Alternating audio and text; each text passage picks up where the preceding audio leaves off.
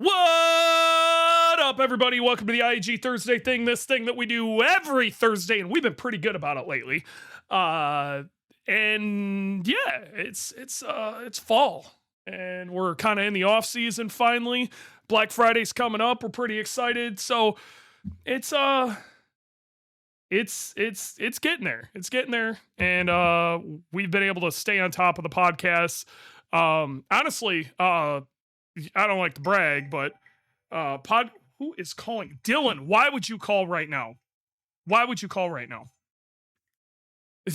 Of all the people who are going to call me, it's going to be Dylan. Either way, what a jerk. Yeah, either way, you need to tell Forklift, who is in the chat, you need to tell Dylan we just started the podcast. Man, I'm all flustered now. Anyway, we got a good episode today. We got a few different things we want to talk about, but the big thing we need to talk about is with Black Friday coming, it gets crazy, okay? A lot of stuff's going on. We needed help, okay? Is there a deer in Jordan's backyard? Is that what he's showing us right now? That's fun. Yeah, it seems to be. And it was staring right at you. It was literally right at the window. And this is the absolute worst opening to our podcast ever. So either way, with Black Friday coming up, we got a lot going on. And I gotta be real, I've been the only build advisor at IAG for a while.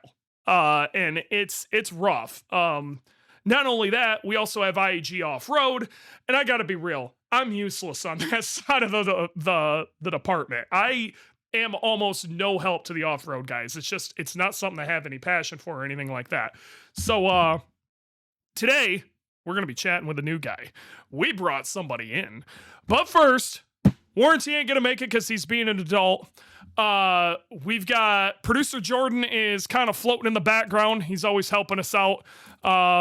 Thanks, Jordan. I don't know if you've got a chance to say hi or whatever. I know you just did with your deer thing, but and then thank you to Randy for always making us a solid thumbnail. But we're gonna get right to it. Like I said, it's that time of the year, gets real nuts. Honestly, I can't keep up with it, especially when it gets super busy and stuff falls through the cracks. So I am hyped that we brought somebody else on. And so without further ado, Robert, how you doing, buddy? Welcome to IAG. Not too bad. Thank you. So, what's your name? Where are you from? Because you're going to be working remote just like I do. And well, let's start with that. And when did you get into the industry? My name is Robert. I've been in the industry since 2002 when the Bug-Eye came out. So I kind of went to work for Subaru at that point directly. What got you into working with Subaru with the Bug-Eye and all of that? Fast and Furious, to be honest with you. Yes. Just be honest. Just be honest, dude. You and I are of the same generation. Yeah. Okay. I got into messing with Subaru stuff in 2002.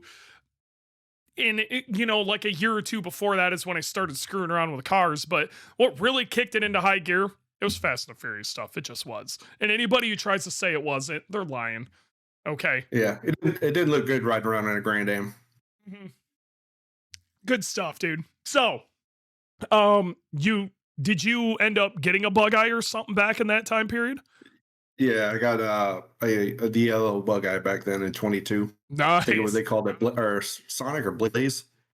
Okay, yeah. So you got the ugly colored one, not the Sonic yellow one, but the Blaze yellow one. Computer issue. Yep, that was the limited edition. They were. Yes. Yeah, the limited edition, they supposedly only sold 500 of them, and there's well more than 500 out there. Well more. Which is funny because that ended up being the one that nobody wanted. That was the color that everybody was like, yeah, I don't know if I'm feeling that. Nowadays, that people would kill for Popular. it. Yeah. Kill for it because there's not many left. And they also did some weird shit in the sun. The other one that I was really surprised about back in the day with Bug-Eyes that people really didn't want was the Sedona Red Pearl. My favorite color. And it is a gorgeous color on those cars. But people, that was one of the lowest selling ones, and it would resale really shitty until like 2006, 2007, when it was like you couldn't get that color anymore, and people were like, I like that. After you saw them, you know, you get some dudes out there who throw a nice set of wheels on it, lower it, they get the car looking right. Now all of a sudden that color looks completely different. And they sold an epic shit ton of silver ones. I had a silver one. So many silver. Yeah, I want to make some of the silver. At the time, Roll Raleigh blue or the rare colors. At the time, that's what everybody wanted, though. That's what everybody wanted. So, so either way, yeah. So you got a bug eye back in that time, and you were working for Subaru. What were you at a dealership or something? At a dealership, yeah. I was a service writer. All right. So you kind of got into the whole build advising kind of concept pretty early. How old were you at that point? Let's not talk about age here. Well, okay, let's put it this way. Are you older than me or not? I don't know. I'm 42. Okay, I got a year on you. So, yeah. Oh, what? Yeah. How old do you think I am? I thought you were in the 30s. Nope. All right. Well, there's a compliment for you. Yeah, that's what I'm. So feel a little better about yourself, bud. You ain't as old as you think you are. All right. Yes, I started working for the dealership, and one day we found out there was a company in South Florida that built closed decks, Vortex Motorsports. So me and my master tech at the time, because nobody was building Subaru motors, decided to try one out, and we built the first Subaru motor, and put it in one of my cars, and put a 35R on it and called it a day. Man, that was a ways back. What were you guys using to tune? Oh, back then it was open source. Back when top speed was a thing. Yes. So what? You go up to top speed in Atlanta? No, Doug come down because we actually had a hub dyno at our Subaru dealership. Oh no shit! Yeah. Yeah, we had a all the way around hub dyno, and Doug would come down once a month or once every couple months when we set up a tune trip, and he would come down and tune all the Subarus. Fucking Doug, dude. Yep. One of my earliest big moments that I like really time attack started to seem like something I might be able to screw around with, and it got me really excited, was their GC that those guys built. That red one, the nasty one. Yeah, that thing was gnarly. Yeah. That's a very underrated car for the history of US Subaru time attack. That car deserves a spot in the Hall of Fame. Honestly, there needs to be a Subaru Hall of Fame for time attack. That would be kind of sick. So that would be cool. Either way, you do that for a little while. You got a 35R. How much power did you make back in the day on that 35R? I'm going to go out on a guess and say it was probably a little less than 500. Yeah, I think we were like in the 430, 440 range, because we didn't have the fuel system back then. No, and open source was yeah. Life. Yup. And there wasn't much past like a Walboro 255 you could drop in the tank without getting sketchy. Yeah, we were doing some pretty hardcore mods. We were running power wires outside the car trying to get the fuel pump to boost up. You know how it goes. Boost the pumps and all that noise. Yeah. Yeah, that's the good shit, dude. People don't understand. People have no idea how easy we have it now. It's too easy to make power now compared to what it used to be. Yeah. It's super simple to make gobs of power, and then shit blows up and they're like, well, I don't understand. They have no idea. Yep. Nothing. Yep. No idea. So you guys messed with that and you made low 400s, which at the time, that car was probably king of the streets. Okay. It was. And we didn't know much about dyno stuff back then. So I ended up switching to Mikey shortly after that because Doug had his whole fiasco with his business being bought out. Yeah.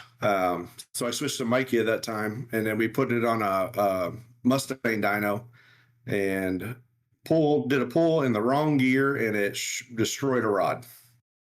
That'll do it. Yeah. Well, they only had a rated 500 back then. Yeah. have some load. Yeah. And I think they were all Carrillo rods back then because there was not Manley wasn't really making anything. So it was like a Carrillo A-Tough or something back then. There was nothing like, again, people don't understand. There was a time when you were not getting Subaru internals in the United States. There were like 2 companies making them and nobody really wanted to touch it. They looked at it as some just weird niche thing that nobody was going to mess with. And it took years to get to where we're at. Even though a bunch of this shit existed overseas, it didn't exist here. And again, it's one of the things that we do pretty well in the US is make big power race car things. You know, we've got this whole industry behind it, but you have to convince this industry that it makes sense. And at that time, they weren't convinced. They are now. No, we didn't have the 85 or any of that stuff back then, so we didn't have any way to make the extra power with fueling other than meth injection. Sketchy. Heck, ECU. Yep. Get yourself a UTEC and get real stupid. Yep, or a Turbo XS piggyback. Yep. Yeah, that was the UTEC. Yeah, fuck that thing. Yep. Where your ECU would just straight up learn around it. Yep, pretty much. Yeah, you'd tune your car, and then a week later, the tune would be all jacked up because the ECU would do everything humanly possible to try to learn around whatever your piggyback lie ECU was trying to tell it. So, yep. Yeah, great times. Drivability was awesome. Oh, yeah. You probably were running like a blow-through math at that time, too. So either way, it was different times. You got this rocket ship of a Bug-Eye for its time period. Where did your journey take you from then? You're working at the dealership. You had Doug coming out. I worked at the dealership for about 7-ish years, and then a buddy of mine decided to open up a Subaru / whatever you want to call it shop. And that's when we figured out that there was another shop, DRP, that was in Green Cove doing Subarus as well. So me and my master tech went and competed against him for a little while, did some built motors. And then he kind of just brought us all upon, and then we ended up all at DRP. That happens. Working for the competition and then working with the competition. I'm an example of that. Yeah. Oh yeah. So you worked with DRP for a while. That's when I met you. You did all sorts of Subaru crap there. You and I met through social media and all sorts of other stuff, but we've had all sorts of conversations. You started, I don't know where you got your current Time Attack car, but I think somebody owned it before you. Christian owned the shell, yeah. Yeah, and that thing is, it is pretty. Yeah, there was a lot of work we had to do to fix it because it was just still a WRX. Yeah. Yeah, and we had a lot of work to do to it. It was pretty, but there was a lot of functionality and a lot of work that needed to make power and be functional on the racetrack. No, that's the one you currently still have, right? Correct. Yep, it's sitting next to my GT500. It just, So tell me a little bit about this car and where you sit with it, how you bought it, like, because this car's sick. Yeah, Christian reached out to me a couple times, because the car is gorgeous, obviously.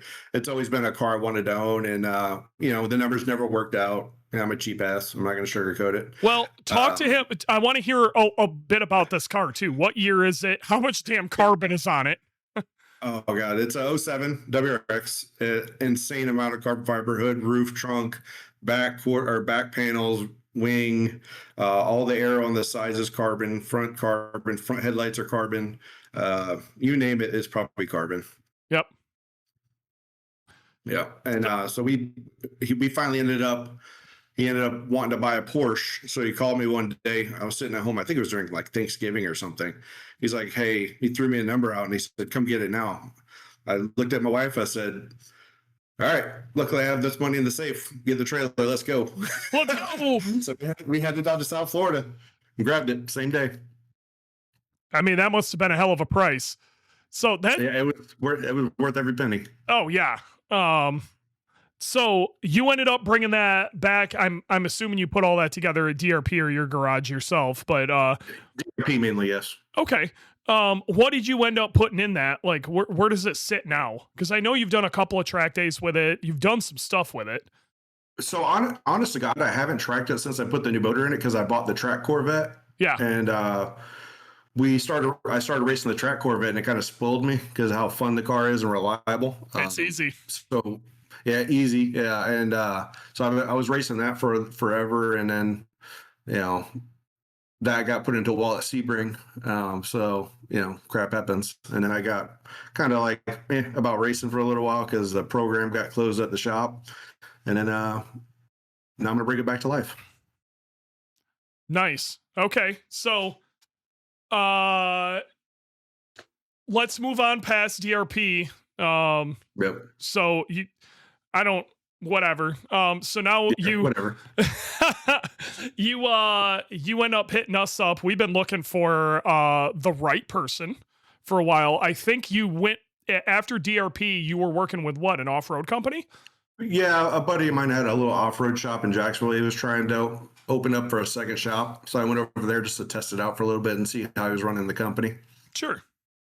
Yeah. And then just wasn't happy. So I told him I'm going to start looking. And then that's when all-wheel drive performance actually, well, I think it's all-wheel drive performance, the one up in the States here on this side. Okay. Kyle told me to reach out to Adam. So I reached out to Adam and here I am. All right. So what we were looking for more than anything was we needed somebody who could do Subaru performance, which you definitely can do. Okay. Yep. That's the easy stuff. But we also needed somebody who understood how to do off-road. We do a lot of Bronco stuff and things like that. So you ended up coming in with some experience with that too, which is huge. Like you were honestly the perfect candidate for this. So that didn't help on 40 trucks last year.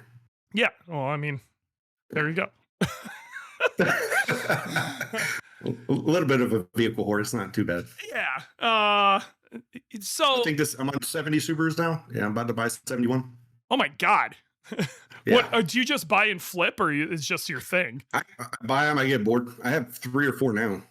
What do you have currently? I have a Forester XT that's fully built on airbags. That's my wife's car. My son has a 08 Forester XT that's fully done up. And then we have the Time Attack car. And then I support my brother's car. He bought my 12 STI that makes like 700 wheel. Okay. So, I mean, you could kind of claim that one too. So Yeah. Yeah, They buy all my old stuff.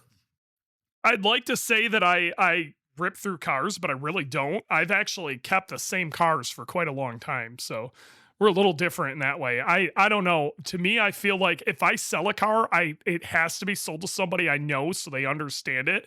It's very hard for me to sell something because I feel like I just use shit so hard that I like feel bad when I sell it.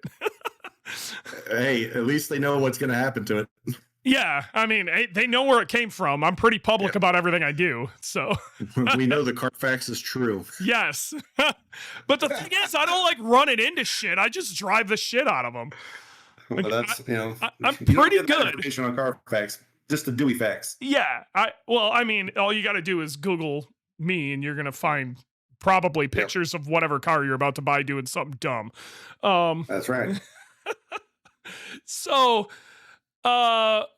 yeah, now you're at IAG. You've been here a week. 2 weeks now. 2 weeks now. And so you've been here for 2 weeks now. Just starting to kind of get your, get your footing, get your sea legs. And you're going to be heading home, Friday? And then you're going to be working remote then? Hopefully I'm heading home on Friday. Evidently there's going to be some flight cancellations. All right. Well, yeah, hopefully that doesn't turn into a disaster. I wish you luck on that one. Yeah. So, yeah, I guess, when are we going to be getting that Time Attack car back out? When are we going to do some fun stuff with that? I need to reach out to Graham and see if he'll tune it now that I don't work for somebody else. We'll take care of that. Don't worry. Yeah. It needs to be, I need to get it retuned because don't get me wrong, it makes power. It doesn't make Time Attack power. It just makes. We just need to get it up and running.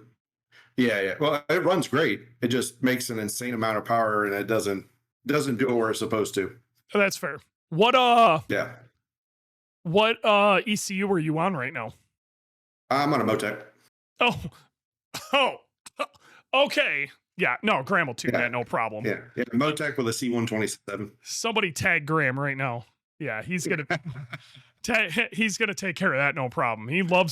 Graham loves himself some Motec. Okay, he's an M-Tron slut, but he loves himself some Motec. Yeah, the GTR I used to drag race, made 1,800 horsepower on Motec. It was the best software ever. Yep, he's big stuff. So Mustang work, come on, man. Yeah, what? Okay, so I guess we got to talk about. You've got more than just Subarus. What's this GT 500 of yours?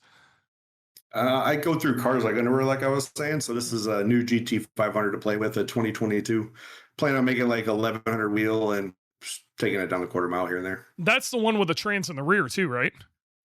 Yeah, it's a DCT. Yeah, that's pretty sick. Yeah, they're fun. It's a carbon fiber track pack, so it's got everything. Cool. Maybe you should bring that, run it in track mod for Grid Life or something. You also got a track Corvette too, though, right? Didn't you? What is that? I sold that as in California now. Ah. Yeah. Well, Dylan's sad now. So I was just talking to Dylan about some extra pieces I had for him the other day. Nice. Yeah. All right. Well, we can all be sad. The Subaru fits in track mod because of the windows. Yeah. I mean, that's an easy fix. Are you on carbon doors or not? No carbon doors, just Lexan windows. All 4 windows and the rear window are all Lexan. Oh, dude, just put glass in it. Run street mod. I think that's the only thing holding you out. Or go race against somebody that's not going to kick the shit out of me every time. Dewey. Brother, have you seen the shit in track mod lately? Get scared, I'll rat him. It's fucking terrifying what shows up for track mod. Okay. You go look at Alan Patton's car and tell me that's really what you want to run against. He's a fucking nut job. That's all right. Let's flood street mod with fucking Subarus. I'm telling you. That'd be fun. Yes. That'd be fun. We need to get you guys down to Sebring. You know, there's been some talk about trying to get a winter Grid Life event in Florida somewhere. So like Roebling Road, Sebring, the firm somewhere. I don't think the firm would play real well with the type of cars that we want to put on the track there. Maybe need Sebring. Another option I think would be Homestead, Miami. That's an okay track. And then there was a drag strip that recently was purchased and then repurchased or sold and purchased or whatever, but it also Palm like Beach. Yeah, Beach. and I think that has a road course portion to it too. So it's a short course. I mean, Gingerman's not long either. Neither is Lime Rock. You know, as long as it's got some form of a road course, you could probably do something with it. It's just an idea. I think Homestead would be the answer personally, because you get even further south and then you could pull Miami. Being able to pull like spectators from Miami, you threw a winter festival and got spectators from Miami, I think it would kill it. That's my 2 cents. Right. Especially for Subaru people, you'd be able to pull a pretty good pilgrimage. So, yeah. Yes. No, I think you're gonna fit in here good though. You and I've known each other for a really long time. When I heard you were the guy they were hiring, I was like, oh, this works.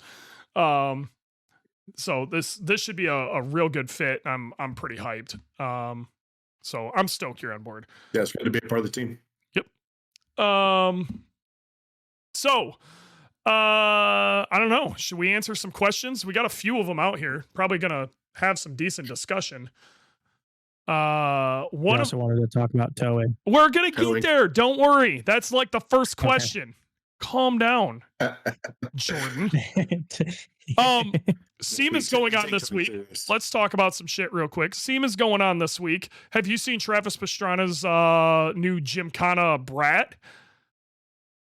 Dude, that looks sick as fuck, actually. Dude, that looks cool as shit. I gotta be real. There's not a lot of Subaru stuff going on at SEMA this time, but man, that Brat is badass. I'm hyped about it. I'd like to know what they're powering it with, but I'm gonna assume since it's a Vermont sports car build, it's probably their bespoke like rallycross engine they stick in everything. But I'm really hyped to see whatever Gymkhana thing they do with that. They're going to destroy that car, but it's going to be awesome. It'd be worth it. Yep. And then so that's about it for the news. We need to have a conversation about towing. Okay. Josh, who has been listening, Josh and Stephanie, who have been listening forever to this show. They're some of our earliest and longest listeners. Josh says they were going to Some of the first. They were gonna pick up a Subaru Ascent. Now, I need you to understand that Josh has a VA STI track slut. So he wants to tow this VA STI track slut with this Ascent. And this is where we start having this conversation. First off, if I can give you any bit of advice from somebody who has done this dumb shit for a really long time, the Ascent can tow a small amount of weight. All right. That doesn't mean you should. And you shouldn't depend on that to be your tow vehicle in any way. I don't think that's even remotely an option. I knew a guy who was good at towing a lawnmower. Yeah, I mean, if you need to tow a lawnmower or something really light for short squirts, but if you're trying to use that thing for dragging all over the country to go to grid life events, wrong answer. Okay. But by CVT. Yeah, and it ain't gonna last long. Yeah, I was gonna say it's not gonna. It ain't gonna be long for the world. This is where you really got to decide, because they're like, well, it's got to be my daily. Like, I got to be real. I'm going to tell you what I did. I went and got a 2023, so a used 1500 Denali with a 3-liter diesel, and it's awesome. Okay. And I actually, again, I've said this story before, but I was drafting off of our RV because I was following Dylan, who was driving the RV, and I actually got 40 miles to the gallon with that thing behind our RV over a 50-mile span. Okay. It'll, on flat ground with no help whatsoever, it'll get 30 miles to the gallon, and it's a really nice place to be. It's a great daily driver, but if you live in a city, I can understand why you wouldn't want something that big. So if you can use a truck as a daily, just get the fucking truck. Like, everybody knows I'm brand loyal to a fault with Subaru. This ain't the right answer, folks. Not the right answer. Can't stress this enough. Get yourself a damn truck. Now, if you need, get yourself a cheap daily, drive it back and forth, something you know is going to be reliable and you don't have to think about it. Preferably something you're not going to modify. Okay, so if you were to get the Ascent for that, great. Sounds like they might be getting a cheaper Impreza. That's basically a cross-track that's not on stilts. That's great. I got one of those. It's awesome. Manual cross-track does what I need it to do. It's just entertaining enough to where I don't want to like paint my brain on the ceiling. But it's a good, reliable vehicle, and I don't want to modify it. Okay. The second you get a daily that you're like, this is going to be fun, you're going to modify it. Get a boring daily. Okay. And then go get yourself a tow pig. You've got lots of different options. At a bare minimum, get yourself a full-size truck. If you're smart and all it's going to be is a tow pig, you're going to get yourself, something a little heavy-dutier, 2500 something, but get yourself a frickin' truck. Can't stress it enough. If you start trying to tow with an Ascent or something that just really isn't up to it, you're going to just break shit and you're going to be sad and your daily's going to be broke. It's the whole reason you don't drive your track car to the track. Like, you're going to save money by getting a truck and towing your track car to the track. Not only are you going to be faster because you don't have to worry about driving that thing home, but if something does go wrong, you can still get it home and you still got a good vehicle to move around in. And if it's all that is your tow pig, then you don't really care if it's a super nice vehicle. Hell, it can have a couple dents in it, can have some mileage. It's not a big deal. But again, like my GMC, it's a really nice place to be. I love my truck. if you haven't driven a new truck, I highly recommend it. It'll blow your mind. If you're not a truck person, go drive a new truck. It's probably going to change your mind. I don't know. What's your brain on this? Like AC seats. Dude, right? Dude, all I got to do like AC seats. is turn on adaptive cruise control and just bump the steering wheel every once in a while. And it just takes me places. 100%. It's so good. I have a 2024, so I get it. Dude, it's the best. It's the best. The best. Dude, I cannot stress it enough. Get the damn truck. You don't have to go all baller like we did. Go get yourself. You could, or other options that a lot.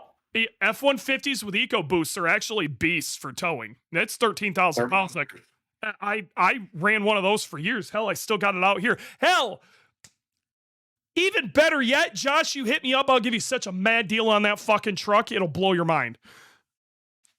But either way, not trying to sell shit, but my F-150 was great for towing. Okay, it was a good unit, and you could pick those up real cheap, $10,000 or less, like not even a big deal. Another option, if you're like kind of anti-truck but you need a lot of room, diesel excursions are awesome, especially after they've been quote unquote bulletproofed. Once they've been bulletproofed, they're not fast. Okay, they're not fast, but you could put 750,000 miles on them and they just don't give a shit after they've been bulletproofed. Or if you can find the 7.3, you're good to go. Yeah, and then you don't even think about it. It just works. It just works. They just work. And it's a little older. 100%. You know, you're going to be looking at the early 2000s, you know, Ford. But it's always going to start and it's always going to get you there. And it's got plenty of room to put whatever the hell you need in there. Okay. Diesel excursions are a very, very solid option. Yeah. I don't know. That's my situation. What do we got? People are talking all sorts of shit in the chat right now. There was another guy who just asked something about I'm driving a manual VB WRX club spec. Is it normal for the clutch to feel to change over time, like having a very slight click or mechanical sound when pressed in? Ooh, a click? Clicks are usually not a great thing. There's a few different things that could cause it. Your pressure plate getting hung up, kind of weird. Maybe you got a throwout bearing thing going on. If you were driving a GR WRX or STI, I would tell you to look at your firewall and where the firewall mounts to, or your pedals mount to the firewall. They had a really bad problem of tearing away. And then it'd sound like a squeak and then a click, and then basically your pedals would fall on the floor. So I would have a professional near you take a look at that. So there's another person who asked me something in here. Give me a quick second. Okay, well, this is a really weird one. Lucas002 asks, hey guys, I'm building a club spec Evo 6 wagon, and I'm contemplating jamming in an FA24T. I heard it's very difficult, but I can't find much research on anyone doing it. Okay. I'm going to assume you're seriously like, first off, what is an Evo 6? Did they make an Evo 6 in a wagon? I don't remember that. I don't remember an Evo 6 wagon either. Is he talking a version 6 wagon? Because if you were seriously considering shoving a Subaru engine inside of an Evo, not that I wouldn't love the hilarity that would come from that, it literally just isn't shaped correctly. That engine bay is designed for a sideways engine. Okay, it's not meant for a longitudinally mounted engine. It's a horizontally mounted engine.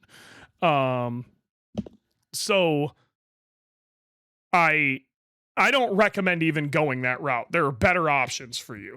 Okay. If I were you, I'd be looking at some sort of, if you desperately want to get away from a 4G63, which I think the aftermarket's still there enough to where that's the answer.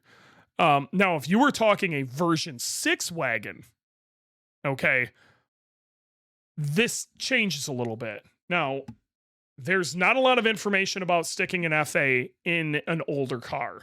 And the biggest reason for that is not very many people are doing it. And honestly, the FA20 wasn't great, and the FA24s are a little new. Like, the FA20 wasn't a big enough jump over the EJ for people to get too excited about, but the FA24 is really good. I think we're going to see more of it. The only person I know that has done it is iWire, and they did it with an FA20 into an older GC, and there is a lot to it. Expect to have to go proper full standalone, probably a Motec, and it's not going to be cheap. At some point, you really got to ask yourself, what sense does this make? Okay. Didn't Prime put an FA24 in a Hawkeye? Did they? I think they did. I thought they shoved one into a cross truck. If they put one in there, that'd be a proper option to ask too. Maybe have a conversation with Prime Motoring. Yeah, Dimitri knows a lot. Yeah, there you go. Call up, chat with Dimitri up at Prime Motoring. That might be a good option. But my 2 cents on this whole situation, I'm going to go back to why. The EJ we are nearing 40 years of development on this car now, or on this engine. All right. We have so much you can do with this engine. It's so good. The amount you're going to spend making that FA work, you could make an EJ incredible. And have spares. And have spares. There's a beaten path to do what you want with an EJ. And in the end, you got to ask yourself, what's the goal? Okay. Is the goal to just have something different?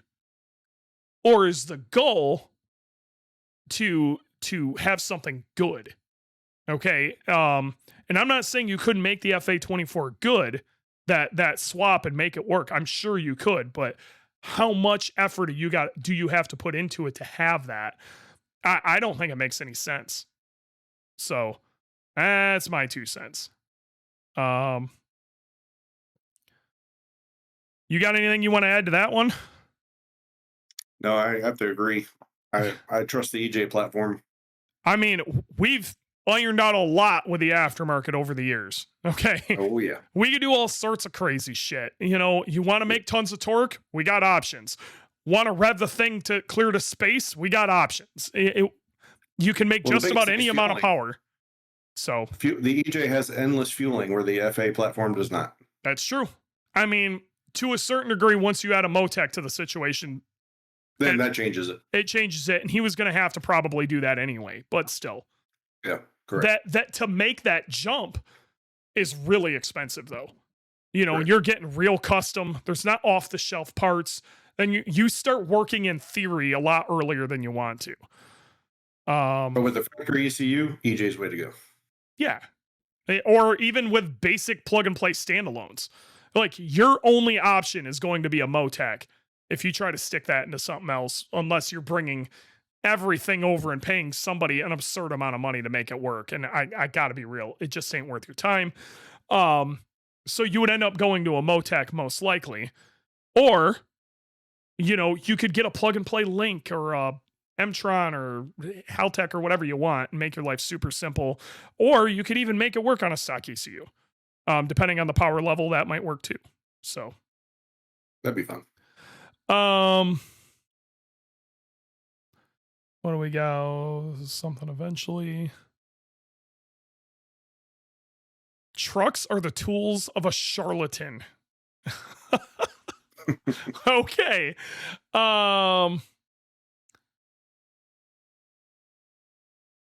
New trucks are expensive. I agree with that. The new GMC 100%. EV is badass, but if you're towing to frickin' California, that might be an issue.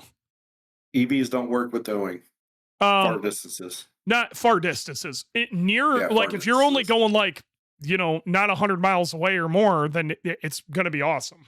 But it's golden. Yep. Josh, Ford is garbage though. Okay, well, I'm gonna have to disagree with you on that, but I will say like the interior quality leaves a little bit to be desired in my 11 EcoBoost, but that truck was a rock for me for years. So I've yeah. Power stroke for the win. Yeah, no shit. It's a dumb idea. Rotary swap. Yeah, don't. Good God. Don't ever rotary swap anything.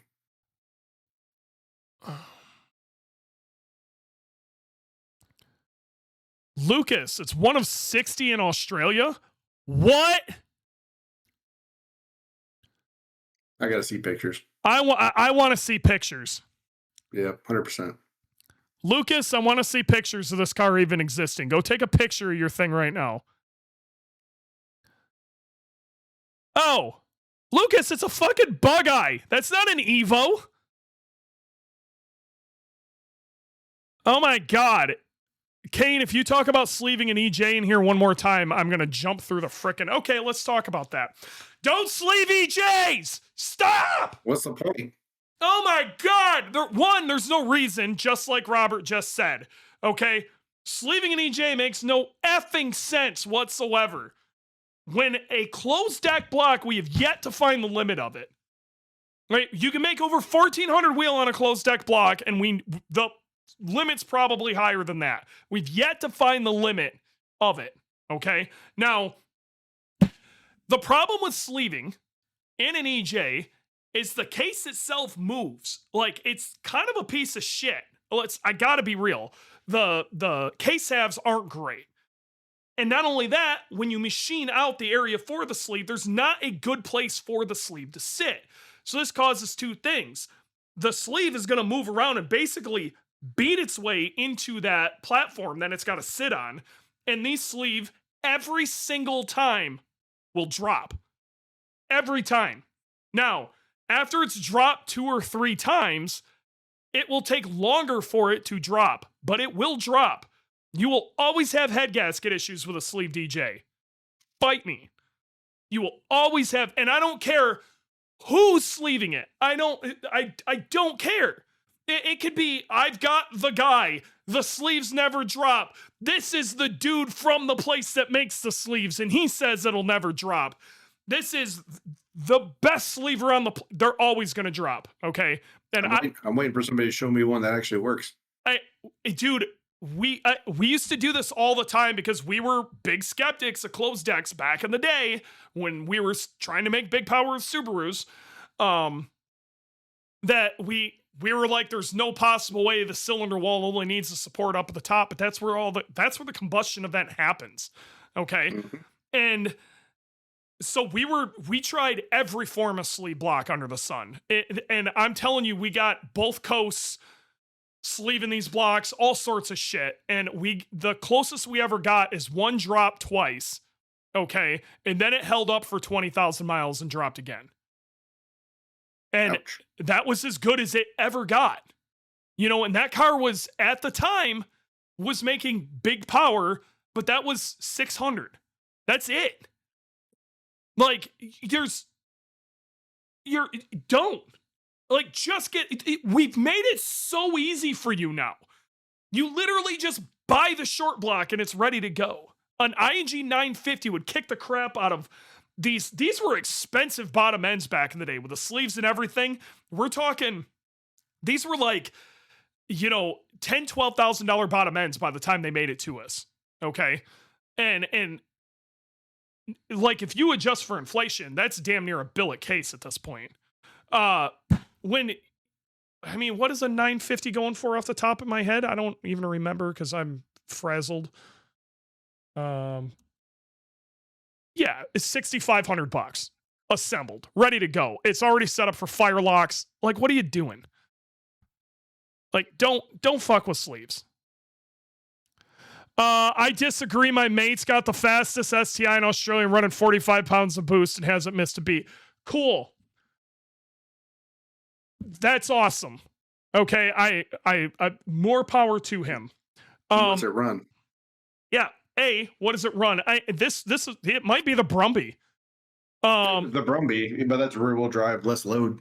It's rear wheel drive. The car weighs nothing, and all it does is make drag passes. Okay, and it's not the Brumby. Is it a 2-liter? I'm still waiting for the 12-second time. 2.5. A sleeve 2.5. No offense. That if it's only a drag car, maybe it's making passes right now. But if you tried to put any amount of mileage on it, I'm sorry, it'd die.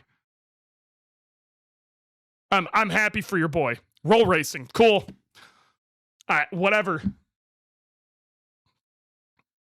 He'd be better. I will scream from the top of any hill. He'd be better off with a closed deck block. And he can disagree with me, and you can disagree with me. I'm not changing my stance because I've lived it. It's not the answer. Lucas, roll race in the 8th. Lucas, Club Spec Evolution 5. My mistake. An Evo 5. Show me an Evo 5 wagon. Lucas, please show me this. I just didn't think they made wagons in Evos of that generation. We're talking a Mitsubishi Evo, correct? We're not talking about you're not thinking version 5 STI. There's a pickup in the chat.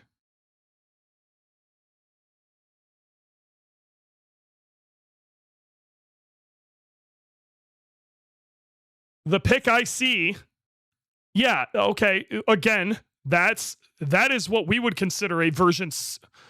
Impreza WRX Club Spec Evo 5. What? They call it a Club Spec Evo 5. Interesting. So is that some sort of like maybe what we call like a WRX TR here? We don't have any Subaru called an Evo. Okay. That's wild. Hey, we're learning something new. Have you ever heard of that, Robert? No. Yeah, this is new to me. We're learning new shit. Again, Aussies have all sorts of crazy stuff, okay? And like our market's different than other markets. So we never got anything with Evo on it. The second you say Evo, we're talking Mitsubishi, okay? Correct. So for that would be a bug eye. I would consider that a version 7 through version 9, or we'd call it a GD wagon, something. But basically you have a GD, okay? And it sounds like that's been done. I don't see why it wouldn't physically fit, but I think you'd be smarter off.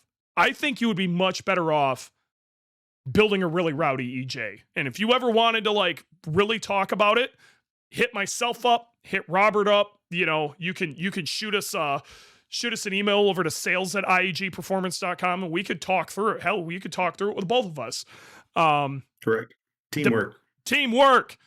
I'm more than happy to have that chat though. Okay. That's crazy. We learn new things. Limited edition model release, key features, Sonic Yellow color. Okay, we got Sonic Yellow. We only got it in 03. We got Blaze and Sonic. Yep. Well, Blaze was 02, Sonic was 03. 02, Sonic was 03. Yeah. Yep. And then factory sunroof option, that pissed me off. They're calling it a club spec and then they throw a sunroof in it. You Aussies are crazy. Lucas, I'm way more comfortable. Car in a week. Yeah, just chop it out. Chop it out. Lucas, I'm way more comfortable with the EJ platform, just trying to think outside of the box. No, I mean, I'm all for it. And I think I do believe in 5 to 10 years, FA24 swaps, due to the aftermarket finally catching up with it, especially with the new STI coming, we're going to see variations of that. And I think we're going to start seeing the aftermarket really dive into that. That might start becoming the correct answer. But as of today, it's not. I gotta be real. It just isn't. It's kind of the same thing with like Chevys. Like, if we're talking about a an 80s Camaro and they're talking about what newer Subaru or a Chevy engine to swap into it, you're going to tell them LS. Okay, the newer LTs, while technically have improvements, like the aftermarket is way bigger for the LS and your life is just way simpler. And the 5.3s are cheap. Yeah, stupid cheap. And you can boost the shit out of them. Yep. Never a TPI. Dewey, are you planning on going to PRI this year? Of course. I got a trophy I got to pick up, bro. We got to go get that championship trophy. We're bringing Dylan too. We're going to have a great time. Yes, we will be there. So Safety Mike, I don't know if you know who that is, but he's a part of the safety guys, and they're based out of Gingerman Raceway in Michigan, and they're kind of like Grid Life's go-to safety crew. And those guys are the best. The absolute best. They have saved my ass on multiple occasions. They know how to properly tow a race car when they're in precarious situations or in areas of the track they shouldn't be. They're literally the best guys. Forklift, this is a good question. It's a proper question. Is Vegemite actually good? We're just going to talk to the Aussies. That's what we should do. We should have an episode where we just call out the Aussies.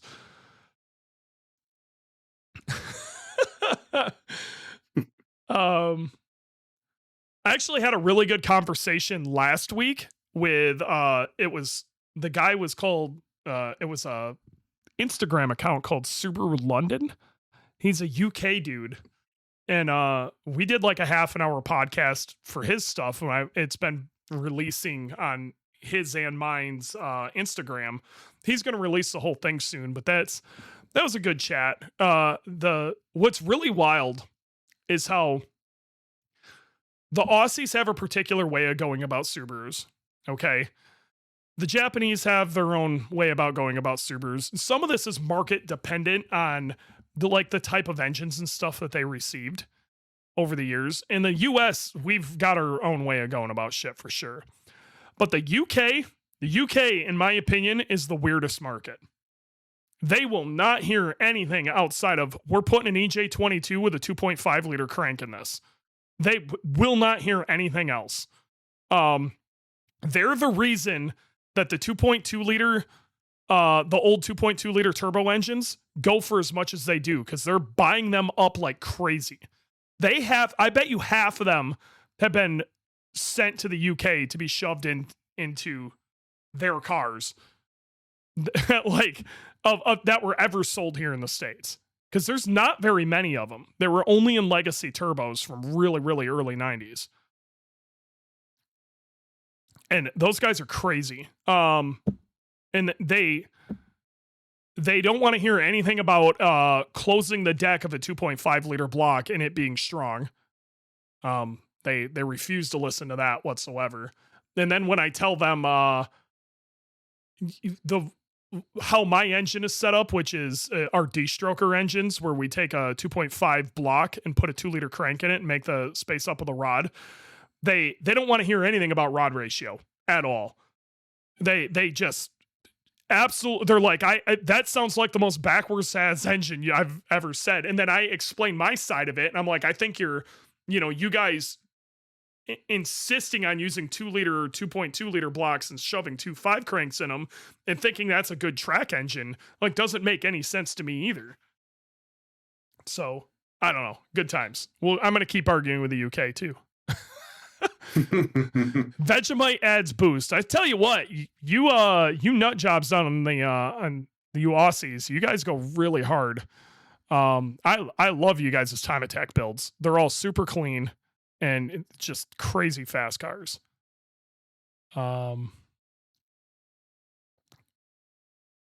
We still need a race car safety equipment episode. I agree with that, and we need to. I'm actually going to write a note down on that right now. I don't know if you're still listening, producer Jordan, but we need to make sure that's in the chat. Safety equipment episode. That's going to be a good one. That will be a good one. We'll try to bring on the safety guys and stuff that they're looking for specifically. Safety Mike, Gingerman will have a booth, so stop by. Well, of course. Because someone send me a jar of Vegemite. Forklift is asking. If somebody can send a jar of Vegemite to Forklift, just address it to Forklift, spelled FORKLYFT, Forklift at IAG Performance, and then send it to IAG. We will do a reel where we all try Vegemite together. If you guys are down, we're down. That would be a good time. We'll have a reel where we're trying out Vegemite. You want to try Vegemite, Robert? I don't know about that one. I don't know. We're going to try it. Hey, we got to do what we got to do. We got to do what we got to do, man. Do they slam T-Wake? Will you slam Red Bulls? Are we talking about the UK? I don't know, man. What is Candy sending us? Woo! Okay. That's a big old turbo. Dude, the one thing I gotta say is these right-hand drive countries, they gotta deal with so much shit with all of that stuff being right next to their turbos. Because they're like Brake Master and they're all that shit. The heat, dude, that would terrify me. Yeah, definitely. To me, that seems like a huge packaging problem. I mean, they seem to get it done, but that's crazy to me. Like, Dylan and I are having issues not melting all sorts of other random shit that you wouldn't think isn't that, heat sensitive. And these guys are running their frickin' Brake Master cylinder and Clutch Master cylinders right next to their giant turbochargers. It's wild. Yeah, you mail it to IAG, we're gonna do a thing. You can find Vegemite and look. Yeah, but is it the good Vegemite? Okay, we want the good Vegemite. Proper Australian good Vegemite. Like, if you've ever had proper Mexican food, it sure as fuck ain't Taco Bell. You know what I mean? Forklift said, "I want OEM." I want OEM Vegemite. Yeah, it's that was good. Full Lucas, it's full custom. I bet you it is. There's some companies that make right-hand drive compatible what we call it a rotated kit. Other places in the world call it a twist mount kit. But like Roger Clark Motorsports is a good example. And what's awesome is when you stick them on our cars, they just end up with a ton of extra space. Oh my God. But some bad stuff just happened in the drag racing world. Oh yeah? What happened? Grant has just totaled his car. No! Yeah, because World Cup Finals is going on right now. Yep, he hit the other Supra in the other lane too. Oh no. Yeah, it's bad. Both cars are on fire. Are the guys out? It's not telling me yet. Oh man. Well, keep us up to date on that. That's awful. Like when somebody from Texas say they know good gumbo. Mike, we'll let you know as soon as we know. Yeah, so it's not saying anything yet. Yeah, you got the safety guy wondering. Yes. Well, man, that put a bummer on the whole situation. Both drivers are out of the car. All right, there we go. Now we can all feel a little better now. Anybody else? Any other questions? Like, we got a couple extra minutes down to chat. Hopefully you can get a plane home, bud. I know, that's going to be scary. They're already warning me on my app. Yeah, the situation is grim. Yes. Who's excited for me? Josh's car is starting to come together. Okay. Again, Josh has been around building this car as long as the show's been alive. I'm excited to see this thing come together, Josh. What I don't want you to do is I want you to keep expectations real here. And I don't want you to expect to just go out there and this thing immediately be a monster. Like, you need to keep this real chill until you figure it out. cars of this level are not easy. There's going to be a lot of growing pains with this thing. I would trust it more than that Ascent. Probably true. Can a Baja tow? No. No. It can't even tow itself. No. I with that stated, I kind of want a Baja. Not gonna lie. You know what I really want to do, and I've wanted to do for a while? Have you seen when guys turn WRX, like GD WRXs into like mini trucks or utes? When they cut them? Dude, I want to do that. I want one of those. I want one bad. I want one really bad. God, that would be so much fun. Wasn't there a company here doing that? I think so, and I want one. Yeah. God, that would be a riot. What do we got? Noah WRX Trek. When are you swapping a stock 5-speed into the Dove? No. The Dove is my 05 STI. Yeah. I just realized who Noah was, and that's my buddy Noah. He's good peeps. That's a stupid inside joke. I'm about to go take this sequential out of this car in this parking lot over here. Yeah. It better not be the car I think it is. No, it'll fit real nicely in my time attack car. Yeah. I could get you in contact with some people. Where there's a free one. Oh, yeah? I think Dylan already left for the day, so let me go out there and take a peek. Yeah, let's see how that goes. There's cameras everywhere. I'm still at the shop, so, you know. Yeah. I know how to drive a truck and trailer. Serapin Wolf, you haven't missed shit. So these WRX Utes, they're showing one in the chat right now. Is like, what's the play to building one of these? Like, is there a certain company you should go with? Does anybody own one? That's in Cali and for sale. Shit, did you see an ad for that? Where's the ad for that?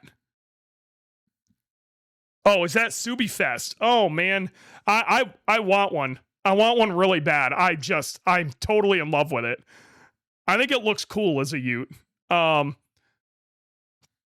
Yeah, the other day we were at Tail of the Dragon, and I think that's Noah who took that picture.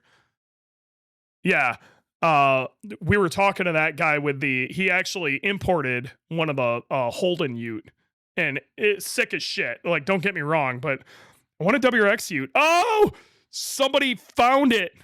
Ute kit.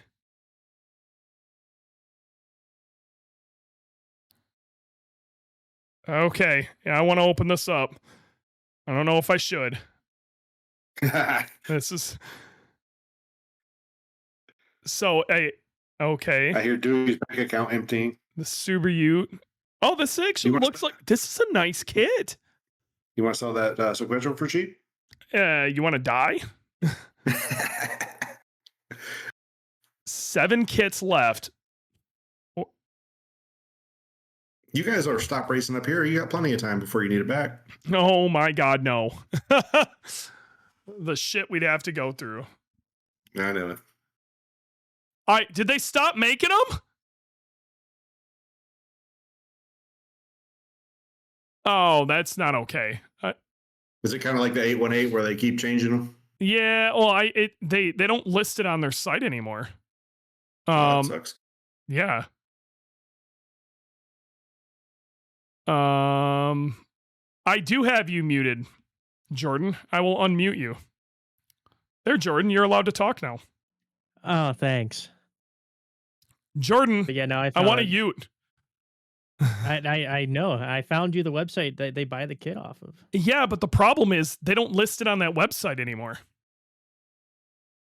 I'm looking at them right now. What are you talking about? Okay, where's the price? Well, maybe not the Subaru. Maybe not the Subaru. They don't have a Subaru kit going on. Yeah. They have Chrysler, Jettas, Beetles, and Chargers. I want none of those. I know. What the fuck? Oh, dude.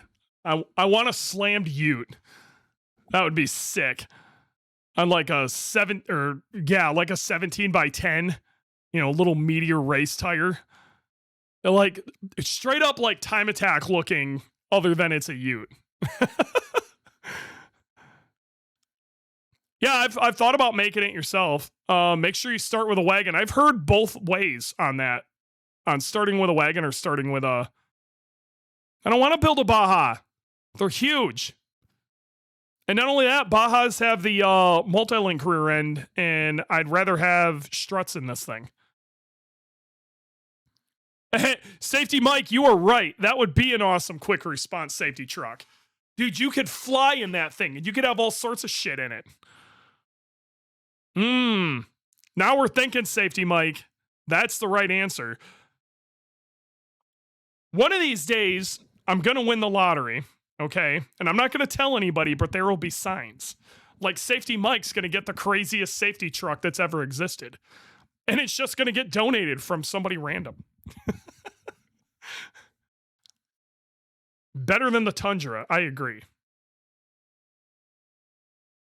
And then we could customize it exactly for safety stuff. That'd be sick. All right. I think that's a show, guys. Yeah, thanks for having me on. Yeah, dude. And I'm sure we're going to have you on again. I want to bring you on for more discussions and stuff like that. Work on for that safety one. That would be a good one. Yep. Safety one's coming fairly soon. I think we need to put that together in the pretty near future. Especially with new helmets and stuff. I think there's a new safety standard SA 20. It's going to be 2030 is coming out. So, yep. Yeah, sounds about right. Yep. Time to have that conversation here real quick. So, a lot of people are going to be buying a lot of safety equipment. So we might as well talk about it. So, SA 2025 new standard. That is the new current standard. Are they not going to? I thought it was 5 years ahead. Usually is. Yeah, I could be wrong. I don't know. Maybe you're right. You would know more than me. Either way, a lot of people are going to be, track cars and stuff. So why don't we put something like that together?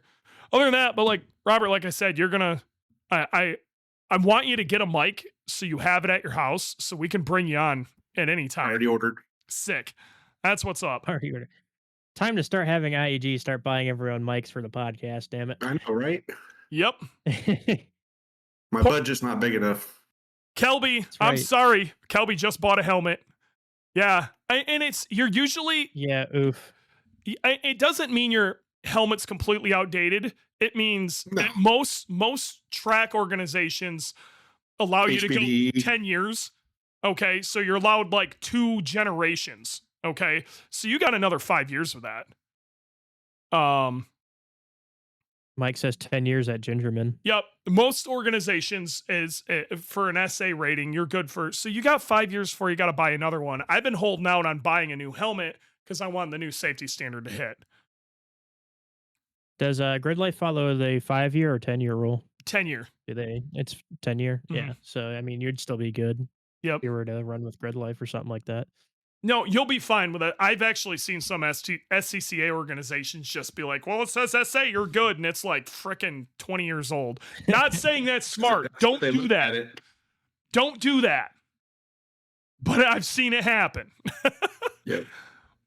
And I safety Mike, I think having you on would be really good. So let's try to find a time to get you on and I'd like to get your concept of things that you like to see in a car. So when people are building their stuff, they have a good idea of what they should be trying to do.